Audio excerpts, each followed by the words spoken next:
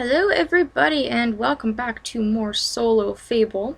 Last video we got our first hero, Hammer, and Teresa took her to the guild. So before we get our second hero, we're going to do some upgrading and leveling and collecting and all that good stuff. So we're in Oakfield, which I haven't shown off at all. I'm just starting from where we buried the abbot, and I'm just gonna kind of go around town. First thing on the right hand side here, right by where the abbot is buried. I think I can vault over this fence. Yes, I can. Next to this house is a new job. Now, the job in Oakfield is wood cutting, which is extremely different from blacksmithing. It's kind of the same principle. You just press A when the bar tells you to. However, this is different because you have to press A in a timely manner, because as the bar gets bigger, your window for getting a multiplier closes. So you want to make sure the bar is green and you want to hit the piece of wood as soon as you can. So this is a very, very easy mini game. I think this one, in my opinion, is a lot easier than blacksmithing. However, you get much more money for blacksmithing. I think I mentioned it when I showed the blacksmithing tutorial, but blacksmithing is what you definitely get the most money for. However, from time to time, I do enjoy doing a little bit of wood cutting. It's really not that bad. And this is all you do. You just, hit A and everything. And you will chop your wood and get your money. Now, obviously gold's a little slower, and it does take 10 change to get one multiplier up. I'm not sure if blacksmithing is the same. Actually, I think they're all 10 chains for your multiplier to go up, but it seems to be a little slower in this because you have to pick up the piece of wood. But anyways, if I want to level up my wood cutting, I'll do that off screen. As you can see, I only made a pitiful 48 gold, but as I get higher levels, I should be able to increase my money. It's just like blacksmithing, you have 5 stars and everything like that, so if wood cutting is your thing, then go ahead and do it. Now my dog is saying there's treasure somewhere right here. Thank you, puppy. So we'll pick that up. I've tried not to get any treasure chests in co-op that I haven't shown to everybody. So I'm gonna go pick up a bunch of stuff. Watered down XP potion, I'm actually gonna use that. It'll give me some XP which I can use to level. As you can see, I have a butt ton of experience that I have not yet used. So I really need to level up here soon. But Oakfield is very, very nice. Obviously lots of trees, lots of plants. Like, it's really, really gorgeous. And of course there's lots of property you can buy. I think property here is a little actually more expensive than in Bowerstone, depending on where you're buying it. And I definitely have enough money for a house. I have about 10,000 gold right now, I think. So yeah, I'm definitely going to be getting myself a house really, really soon, because it's like the best way to make profit in this game. In my opinion anyways. Let's go into town first. I'm just going back basically to where we started right when we came from Rookridge. So you enter Oakfield your first time. This is where you come out to. Of course, we got the first house, and then you have the bar over there. So this is another place you can do wood cutting if this one's a little closer. It doesn't matter which spot you do it in. It's not like you're going to be a level 2 woodcutter in one area and a level 4 in this area or anything like that. So again, just like in Bowerstone, you've got stalls. This guy's a produce trader. We can come down here, I think, which will bring us back down over towards the bar and towards the main little central part of town down here. Produce trader, and then I think there's some more stalls over here. I think this guy's the weapons trader. I don't need to get a new weapon, I already got a bunch. The clothing trader. And if you want to go to the bar, there is alcohol and stuff. This is, like, Bowerstone is probably the best place in the game for anything, for housing, for stores, for anything like that. They're really big. This is kind of more just very, very scenic and pretty and all that kind of stuff. You can also see that our statue is done. We had a statue made. I think we did it in co-op, but if you do a little expression and you find all these little the stone pedestals, your statue will go up for everyone to know who you are, and it increases your renown. So there's a bunch of stone pieces to find all over Albion, and we can get more statues made. I do believe we can go back to the sculptor and get another one made if we want to. And her house is down this way. And she has the big stone block. Yeah, we can. I don't know if I have any more dioceses for her to put a statue on, but let's go get another statue made. It does cost a lot of money now. If we want, we can get the Oakfield one. We can replace it with a different expression, and then there's 5 more. I think there's one in Bowerstone and a bunch of other places we haven't visited yet, so we'll wait. We will wait until we have more dioceses so we can put our epic face all over other parts of Albion. There's also a treasure chest behind her house, I think. Yeah, right here. So I'm just basically picking up any treasures I didn't do in co-op and showing you around. I might buy a house here, I'm not too sure. I do want to go buy some furniture, so I might actually go back to Bowerstone and buy some furniture first, and then maybe buy a house, and I can show you show everybody how to redecorate your house and stuff like that. So, alright, you've pretty much seen all of Oakfield. That's all there is. Of course, there's some houses. Like this house is really, really nice because it's kind of out of the way. This is usually the house that I always buy because, I don't know, for some reason to me it just looks really, really quite nice. And then of course the other part of Oakfield is the Temple of Light, where all the monks are, which we already did the quest for that, so yep. I'm gonna go see if there's anything in the monks area that I missed, because I might have. Let's see, we need to go this way. Other than that, that is about it. There'll be probably some more quests and stuff to do here later. And if there is, we'll come back. But I'll go over here just to make sure I didn't miss anything. I don't think I need to go back into the cave where we escorted Hannah. I think that's all set. There is a quest, if you want to increase your morale, you can come to the Temple of Light, and you can donate your money to the monks.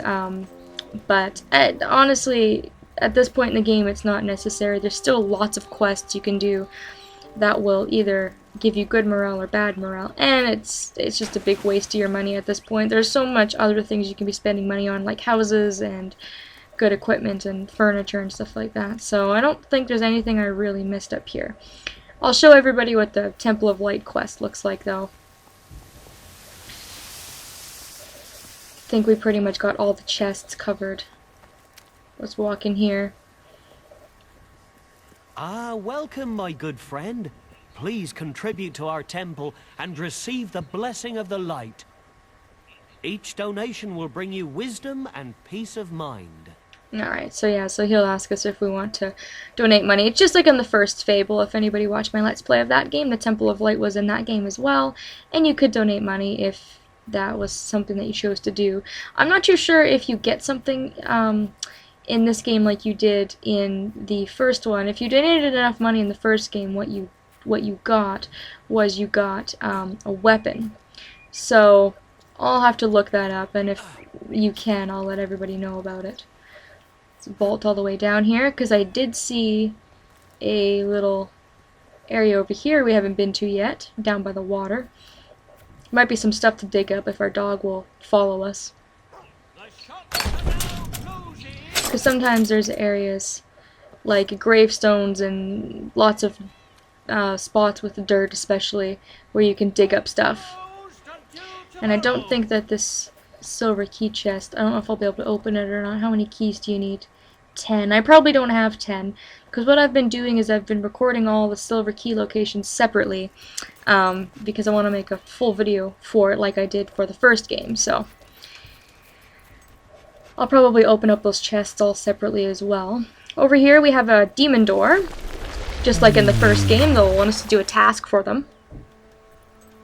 Oh, Rosalia, why didst thou leave me? You carved your name on my stony heart only to shatter it with the sledgehammer of your absence. Oh, hello. I wager you have never known a love truer and purer than mine. Oh, to get a glimpse of such love, even for just a few seconds, would inflate my soul with delight. A tender proposal of marriage between two sweethearts is all that I ask. Such a sight would surely unlock my pain. Alright, so that's a pretty simple one. All you gotta do is propose in front of that demon door and he'll open up. So again, a very reoccurring theme. There's a lot of reoccurring themes from the first game that we'll see. Obviously, Teresa's made another appearance. Silver keys were in the first game. Demon doors. We had a sister in the first game. You have a sister in this game, you know, such and so forth. So, last area I want to show off in Oakfield right now, before we go to Bowerstone and do some more off-screen stuff there, is that I do believe there's a cave going out towards Rookridge. And I want to go see if there's anything in the cave. I'm not sure if we'll have enough time to explore the cave in this video, but I can at least get there. So we gotta go out towards this way. And if we go towards this little rock here, and we go down this way, instead of going to Rookridge, there should be a kind of like a forest area. And my dog sees something. Treasure? Good boy, I didn't see that at all. It's completely hidden from me. Oh, your dog's so useful. 500 gold, I can't turn that down. Yeah, there's this little area over here. Now, I think I already did this. I think there was like a bunch of hobs that come out and try to attack you, but I've already defeated them. And then there's this little area here, which is, if I can go up to an echo mine, so we can try to go in here and see if there's anything of interest for us. And there's a lot of these little hidden areas, so it's really worth checking out a lot of the time. Now, it might be closed. So right now it looks like it's closed, which means that we might actually have to do something in order to open it up. So I either don't have a requirement or there's a secret entrance around here which I cannot find yet. But I figured I'd at least mark it off on the map and make it known that I was at least here. We'll come back later. There's always time for it later, so let's go back. Alright, so I think that is pretty much it for now. Of course, this place again has just a gorgeous view. I mean, that's so pretty. We can also see the spire in the background, which kind of just mucks up the entire view. But anyways, yep, that's it. This is probably one of my favorite towns to look at and kind of relax. And like, this would be somewhere where I would want to live in real life. Unfortunately, it's not incredibly busy or anything. It doesn't have as much stuff as Bowerstone does, but I think I've actually made up my mind. I think I'm going to buy a house in this town, and then if I have enough money, I'll also buy one in Bowerstone, and I'll start getting some revenue and money off of those houses, because you get money, you get rent every 5 minutes of game time, I do believe. So I'm going to buy my usual house, which I think I already pointed out in this episode. I always buy the same house. I don't know why. I think it's just because it's so out of the way, and it looks really, really nice and lonely, and I will buy it. So here we are. We're going to buy this house. I'm going to check the price of it just to make sure I can afford it, which I'm pretty sure I can. Like I said, I've got over $10,000. So if you go ahead and examine it, it's going to tell you who owns it now, the base value, how much it goes up by to buy it because of the decorations in it, how much the economy is in the town. If it's not vacant, it costs more money. The more owners that have been killed, it actually costs more money, which is a bummer. And your opinion also sways the price. So there's quite a few things that actually sway the price of a place, and there is an achievement for buying a house and selling it for twice as much as you bought it for, so you might want to keep that in mind if you're going for that achievement. But for now, I'm going to buy it and rent it out. The next house I will show you what it is if you actually buy it and try to live in it. So, once someone moves in, you will receive income from this property every 5 minutes. This means you'll be making gold even when you're not playing. You do make money off screen as well, which I completely forgot about. But, as you can see, this place is very small. The furniture is pretty dumpy. So, we're going to go to Bowerstone, buy some furniture, and hopefully make it a little better.